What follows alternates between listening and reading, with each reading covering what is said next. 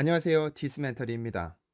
많은 사람이 알지는 못하지만 한국 경제 발전에 가장 중요했던 한 남자, 박태준의 첫 번째 영상입니다.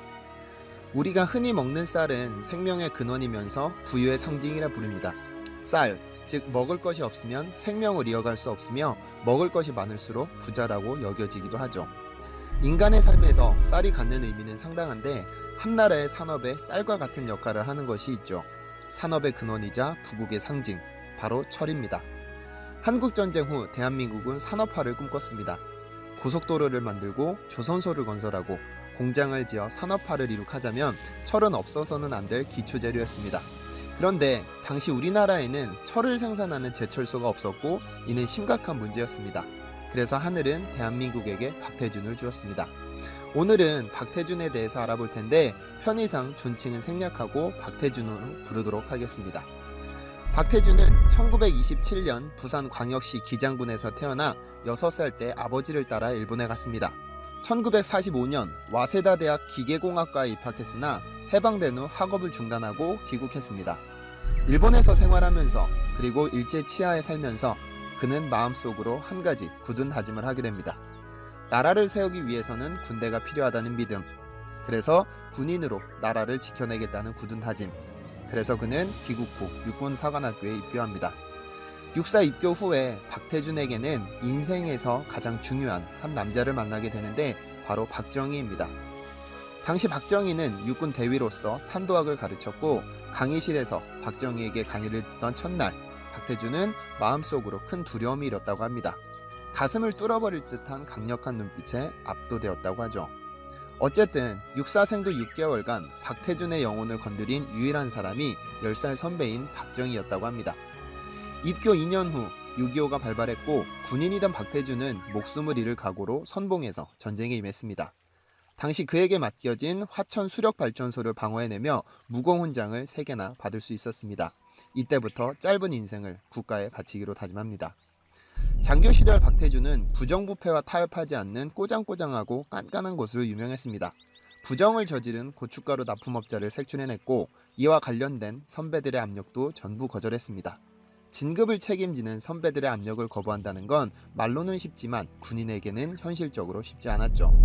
어쨌든 박태준의 이런 성격은 박정희에게 알려졌고 박정희가 부산 군수기지 사령관으로 부임한 후 인사참모로 발탁되는 인연으로 발전하게 됩니다.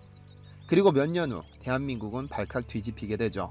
1961년 5월 16일 박정희가 쿠데타를 일으키면서 대한민국이 격동의 세월을 맞이하게 됩니다. 그리고 거사에 성공하면서 박정희는 각하가 되었죠. 박태준은 이 당시 상당히 놀랐다고 합니다. 박정희의 최측근이던 다시는 쿠데타에 대해서 단 한마디의 소식도 듣지 못했기 때문입니다. 그리고 며칠 후 박정희는 박태준을 부릅니다.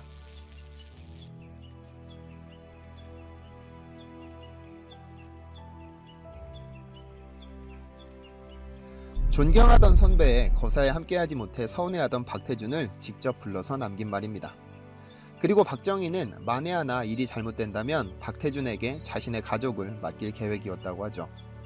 혁명에 성공한 후 대한민국에 가장 필요한 건 가난으로부터 탈출하는 것이었습니다. 남의 나라에서 구걸하고 지원을 받는 것이 아니라 우리 스스로의 힘으로 가난으로부터 탈피하는 것. 그래서 박정희는 산업화를 간절히 바랬습니다. 그리고 마침내 1965년 6월의 어느 날 대한민국의 미래가 결정되는 너무나 중요한 만남이 청와대에서 조용하게 치러집니다. 박정희는 박태준을 청와대로 불러서 단둘이 앉아서는 조국 근대화를 위한 2가지 계획을 밝힙니다. 경부고속도로와 종합제철소 건설이 바로 그것이죠.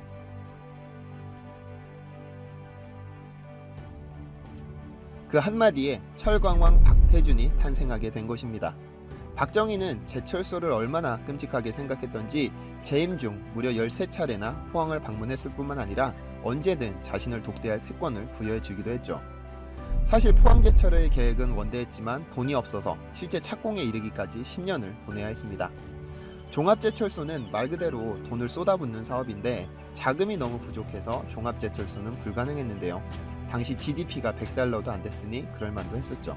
종합제철소라고 하는 것은 제선, 제강, 아변, 열연 등으로 구성되는데 이러한 전 과정을 모두 갖춘 철강 공장을 일관 종합제철소라고 부릅니다. 전쟁 후 세계 최빈국인 한국에게는 너무 벅찼었죠. 미국, 영국 등 선진국에서 한국의 능력을 믿지 않아 한국에 제철소를 지으면 실패라는 의견이 팽배했고 세계은행이 낸 보고서가 너무 적나라했습니다. 그때 박태준의 머리에 스치는 생각이 있었습니다. 바로 대일 청구권 자금을 건설 자금으로 활용해 포항제철을 건설하는 데 사용하겠다는 것입니다. 그런데 이 대일 청구권이라는 것은 일제 식민지 시대에 수탈당했던 한국인에 대한 여러 가지 성격의 보상금이라고 볼 수 있습니다만 일본 측에서는 그 자금을 농업에만 한정했습니다. 즉 다른 용도로 사용하는 것을 반대한 것이죠. 그래서 박태준은 일본으로 직접 찾아가서는 미쓰비시 상사의 후지노 사장을 만나 설득했습니다.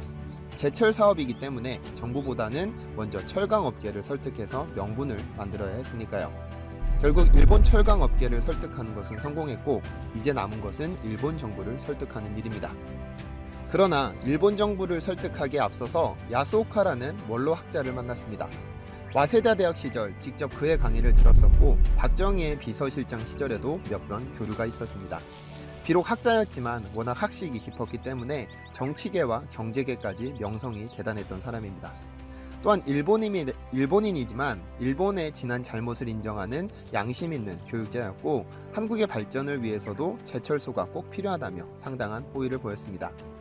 그의 도움으로 일본 전국의 여러 정치인을 만났는데 당시 통상산업성의 오히라 장관이 주요 인물입니다. 그는 김종필과 함께 한일 청구권 협상을 타결시킨 핵심적인 정부 인사라서 특별히 공을 들였습니다. 그러나 박태준과 만난 자리에서 청구권 자금이 농업이 아닌 다른 곳에 쓰이는 것은 반대했습니다. 우선 식량 자급자족을 위해서는 농촌에 더 투자해서 자급자족의 발판을 만든 후에 농기구 개발이나 비료공장을 만들어야 한다면서 채산성도 능력도 없는 제철소 건설은 반대한 것이죠. 그러나 박태준은 예전 육사 생도 시절 교관이었던 박정희에게 들었던 일본의 역사 이야기를 꺼냅니다. 일본이 청일전쟁 뒤에 군수산업을 위해서 야하다 제철을 지을 때 채산성을 따졌느냐면서 한국은 방위 문제로 제철소가 절실하다고 주장했죠. 북한이 도발하면 일본도 위험에 빠지기 때문에 일본을 위해서라도 꼭 필요한 것이 제철소라며 끈질기게 설득 작업을 이어나갔습니다. 그러는 사이 한국에서는 계엄령이 내려졌습니다. 한일회담을 반대하는 데모가 불처럼 번져나가자 박정희가 계엄령을 발동해 진압하기로 한 것입니다. 이때 박태준은 깊은 갈등에 휩싸였다고 합니다. 지금 일본에 와서 자금을 구하고 있는 것이 정말 나라와 국민을 위하는 것인지 고민됐습니다. 산업의 생명인 철을 생산해줄 제철소 건설은 그 나라의 경제 발전을 위해서 반드시 필요한 것인데 그 건설 비용을 일본에게 구하는 것이 맞는지 확신이 없어서 매일 밤을 뜬 눈으로 지냈습니다. 그런데 아무리 생각하고 고민해도 다른 방법이 없었습니다. 왜냐하면 일본은 2차 세계대전의 패전국이었지만 어느새 세계적인 경제대국으로 발전해버렸습니다. 경제대국이라는 것은 금전적으로 충분하다는 것이고 식민지였던 한국에게 보상을 하기에 충분할 만큼 세계에 손꼽히는 경제대국이 되어버린 것입니다. 박태준은 결국 어려운 결정을 내립니다. 지나간 것은 지나간 대로 남겨두고 과거에 얽매여 미래를 포기할 수 없다며 뼈를 깎고 살을 도려내는 마음으로 제철소 건설을 추진하기로 한 것입니다. 결국 박태준은 눈물을 머금고 설득을 이어나갔고 그의 피땀 어린 설득 작업은 성공을 거두었습니다. 드디어 대일 청구권 자금을 포철에 사용하게 된 것이죠. 일본 수상을 지낸 나카소네 야스히로라는 사람은 당시 자신을 설득하던 박태준을 기억하고 있습니다.